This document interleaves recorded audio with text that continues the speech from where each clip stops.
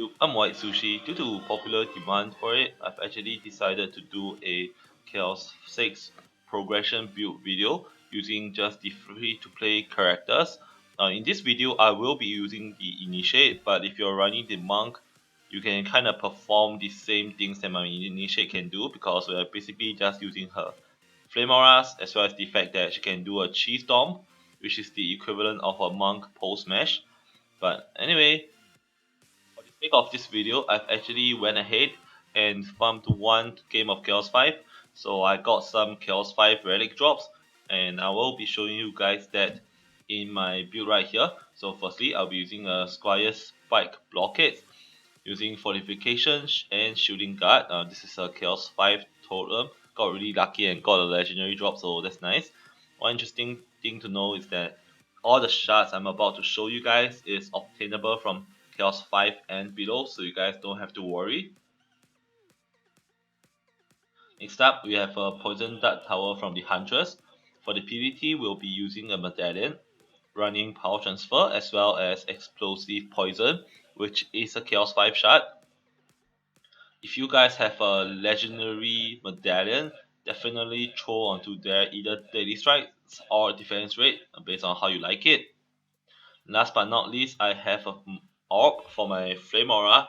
Ideally, you do not want to use orbs, but I happen to have gotten a legendary drop for that, so I'll be running daily strikes, defense crit damage, as well as defense rate. If you guys are running a mark instead, these three same shards will apply. So for example here, defense rate, daily strikes, as well as defense crit damage. Other than that, all you need is a 480 ascensions. You just need 480 ascensions to fully replicate my build to the kind of power that is executed here. And once again, I would just like to say with all progression build, all you guys need to do is to do 2 rounds, complete 2 waves, and as long as you do at least that, you will be able to rinse and repeat for the Chaos 6 or whatever Chaos you're doing skill, and eventually you will be able to complete all the 5 waves. But in this video, I hope I'm gonna show you guys that I can actually complete this entire thing here, this entire 5 waves in one shot. It all comes down to basically game knowledge as well as defense placements. If you can place a defense as well, it will make the difference between that 2 wave run and a 5 wave run. Alright, so without further ado, let me just get right on with it. On the extreme bottom lane we have right here, I have 5 Flame Auras set up all the way from when the enemies spawn until they get to my front of my walls. On top of that, I have two PDTs set up. Oh shit, I shouldn't stand there by the way. That was awkward. This dragon just suddenly aggroed me. Not supposed to happen. But anyway, I have two PDTs set up. One poison dart to cover this area in front of me here. Later I'll show you guys again when I place it down.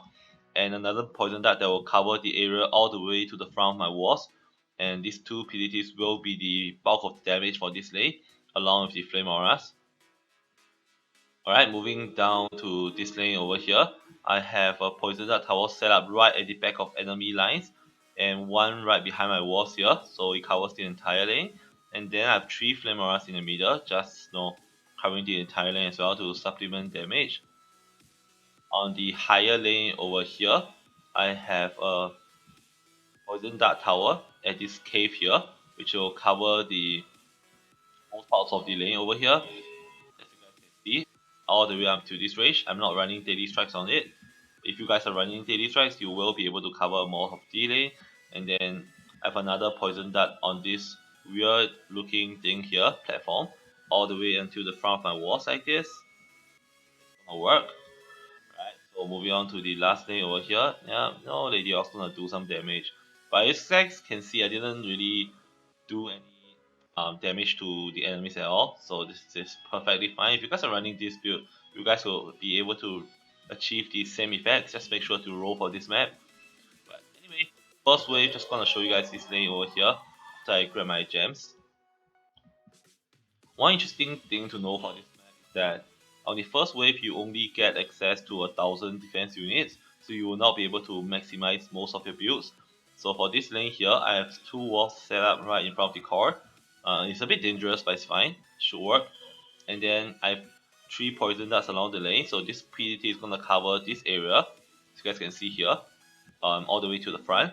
This other PDT is gonna cover to the bridge, and the last PDT is gonna cover to the front of my walls. Essentially set up such that I cover the entire lane with just my poison darts. So once again, just gonna say that this placement is very important. If you guys are not able to replicate this placement, actually please do. It's not even hard to replicate. But if you're not able to replicate this placement, you might not get the same similar results to what I have. I mean, you guys are probably still gonna be able to do like 2 waves, just not the entire span of the game, of course, possibly. Alright, so gonna drop out some flame auras. I'm not too familiar with how many flame auras I need for this thing, but right now I have 3, 4, 5, 6, 7. I think that's too much. I should be doing only 6. So 6 flame auras. And then I'm gonna come over to this lane down here. Wall is breaking, just gonna upgrade it. And I'm gonna sell the flame aura in the middle. And then fill the lane with flame auras again. So for this lane, I'll be using 5 flame auras as you guys can see. Move down here, sell the middle flame aura. So instead of having 3, I'm going to have 5 for all these other lanes here. So that should be okay. In fact, this lane I can only place 4, that's fine. And then I'm gonna go over to this edge here, which I kinda lost a poison dart at. That was a mistake, by the way. If you guys are not standing here, this poison dart actually does not die. Draken just decided to turn around and hit me, but as you guys can see, this PDT will cover this entire lane, and the other one will cover the area all the way to the front of the walls. Really important placement here. It's kinda like abusing poisons. So over the enemy spawn, they get attacked by the poison, and then they get attacked throughout. They move through the lane, and then once the poison expires, when they reach the next segment, they get attacked by the poison again. So this is one really good way to kind of abuse, I'll say abuse, poison dart towers and make them a lot stronger than what they're supposed to be able to perform. Right now, I'm just gonna upgrade some flame auras, keep the rest of my gems, cause I wanna throw down another flame aura somewhere. Why did I do the last flame aura? They have a bit more defense unit. I think I'm just gonna do it here. Make it easier for you guys. 5 flame auras per lane, shall we? Alright, there we go. Just gonna hit G, now that I'm done. And if you guys noticed just now, I was actually upgrading some of my flame auras at the bottom lane, as well as one of my caves here. Because ideally I want to stay somewhere on top, like here. It's gonna run around here and then run around here. You don't wanna upgrade. Technically you can upgrade the top lane and the bottom lane, that works as well. I was a bit lazy. And in fact that will be the best case scenario. Other than that, just upgrade whatever. Make sure you're not upgrading the two in the middle first. Like you don't want to upgrade the cave defenders first, simply because that means that your caves will be the strongest and your side lanes are gonna be weaker. And that's a problematic cause since if this lane is leaking and the bottom lane is leaking as well, you're gonna have trouble running between the two lanes since they are so far apart. So generally upgrade the two furthest lanes and then keep those caves available. I was a bit lazy, so I just did the top two, which is fine. A bunch of ladios are just hammering around my walls. That's okay. You know, Hex Thrower gonna die slowly. Wall is kind of breaking, but right now my stuff aren't maxed yet. I don't have high level flame auras. Actually lost a PVT there. I believe it's due to the Fish Roller. Actually, where the hell did I even lose a PVT? Probably go over it later. So you guys have a Fish Roller, standard stuff, just do pole smash. You guys are not gonna do as much damage as I do, but you shouldn't have a problem dealing with just a one Siege Roller, going down the lane on its own. Stick out time, kill him, repair the walls, should be fine. Alright, so I'm gonna upgrade this wall. Dying again. Take my gems. Try to find the poison dart tower that kinda died. I have no idea where it even died at. I believe it's at the top lane. Come over here. This lane is doing really well as you guys can see. Walls are barely taking any damage. I've not been here for like the entire last wave. So it's nice. I believe this lane is a bit weaker. So I'm gonna upgrade the flame auras on this lane first. In fact, I'll be jumping them straight to tier 3, this PVT as well. So something like this. Yep, a bit of lag here. That's normal. Tend to always get lag when I'm like playing this game. Rubber banding, in fact. Alright, there we go. Actually lost a... No, I didn't lose a point PVT here. I think it was this lane. Then I lost D1 in the middle here, so I'm just gonna place it back. Sledge facing the lane, something like this, and should be fine. And bit of more defense units, so I'm just gonna upgrade this PDT, this other one as well. There we go. Gonna hit G, let the wave run. For the most part, you guys notice that walls on this lane are not even taking damage either.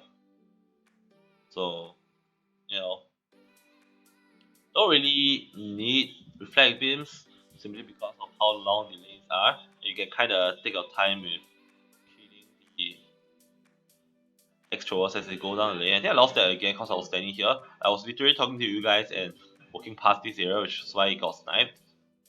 That's unfortunate. Oh well. One PDT down is not gonna kill my build so called, so it's fine. One interesting thing to know is that there's gonna be assassins this lane. So just positioning yourself somewhere where it's kinda safe. You don't really have to like if you guys don't have as much health as I do, you guys might not be able to survive as long as I do, of course, but you know, for the most part it should be fine. Just make sure that you're building like AP health gear. So it's like warlocks. Although warlocks don't matter right now. And with Chaos 5 gear, you guys should have about, I think 100k health at least, 112 or so. So it should be fine. Just heal up. If you guys are on a monk, it's actually a bit better because you can just use heroic wave to, instantly get a bunch of health back. Come over to this lane. Wall is breaking. Yep, it's normal. It's fine actually. Run around. Don't get hit by siege roller. And my wall here. Actually lost another PDT cause of the siege roller. I literally just ran past here and then I think he tried to snipe me with one of those rockets. That was really kind of annoying as you guys can see, but it's fine. It's fine for the most part. Actually died to assassin myself. Alright, so we do have a siege roller left. Just gonna hop over. Hop over here. Repair the wall, start repairing it rather. And just slowly post smash it to death. I would recommend you guys just mix your pulse smash with your chi blast so you can like constantly do AP damage. If you guys are on a monk, I'm doing an initiate like I said at the beginning of the video. I do not actually have a monk leveled to 50 and ready to show you guys builds. So right now I'm just gonna grab my gems, come back here, repair my PDT or rather just replace it since he died. Same thing as always, cover the area in front of my walls. So place it a bit further back. There we go. Gonna upgrade it as well. Guys need some upgrades. Every bit of upgrades pretty much helps, so just do it. And upgrade the flame auras in the middle here, this section, because that's where the ranged enemies are gonna stand. And you guys can see that I've already gotten a lot of relic drops. If you guys are trying to progress, these relic drops will be able to help you a lot because they're basically like Chaos 6 stuff. And Chaos 6 stuff will help you to get more damage out of your build. So you guys don't really have to complete this. I'm trying to complete it for the sake of it. And right now I'm just gonna upgrade my walls. Actually my walls don't need upgrade. What? Why is this build working so well? I don't even know why this build is working so well without reflex and all those stuff. I mean I am geared on my damage character, but that is not in any way influencing the capabilities of my build. So this is a bit confusing for me as well. The one who actually came up with the build. But it's fine. At least I know it works. It should work for you guys. And we're down to wave 4 right now actually. If you guys actually get the other map, which is Temple of Necrotic, I believe it's easier than Forest Biomes. So you might want to look into that. Another interesting thing you can actually do on Forest Biomes is that, just show you while the wave is running. Genius idea, right? You can actually come over here. Should be a red mushroom somewhere laying here. Yep, there we go. Giant red mushroom. Press E to gather it. They will say that you have gathered a flame mushroom. Come back over here to the house. Gonna go on to the second floor. Can't remember which one is it. I think it was alchemy table. And you're gonna get an infernal potion, this bubble around you. So what you can do with this bubble is that you can kind of just run around and melt enemies with it. Yes. So as assassins are gonna melt if you have the bubble on as well. It's kinda OP I guess. As long as you're building like AP damage. Oh, I died to I think the ogre did a storm or something, and I just died. That's fine. Another poison dart. This is the extreme top lane again. this build works. I'm gonna do some damage to the walls. They're not gonna kill it though. I don't think they are. And of course, you guys can kind of just repair the walls and save the trouble. Just gonna do some gems while I'm at it. And yeah, not much going on now. So I'm just gonna be repairing my walls as well. Grab the rest of my gems. It's actually fully healed, nice. This lane here, this lane is not taking much damage either. By the way, something interesting is that there's gonna be a boss spawn on this lane this wave. So you might wanna get a bit of flame around up if you haven't already. Do this. And this PvP is not really relevant now. Come over here, grab all the gems. Oh shit, that was a mistake. I was supposed to upgrade that flame aura. It's now like tier 4 or something. It's fine. Go back to our hunters. Replace the PvP that was lost. Something like this. Upgrade our PvPs as well.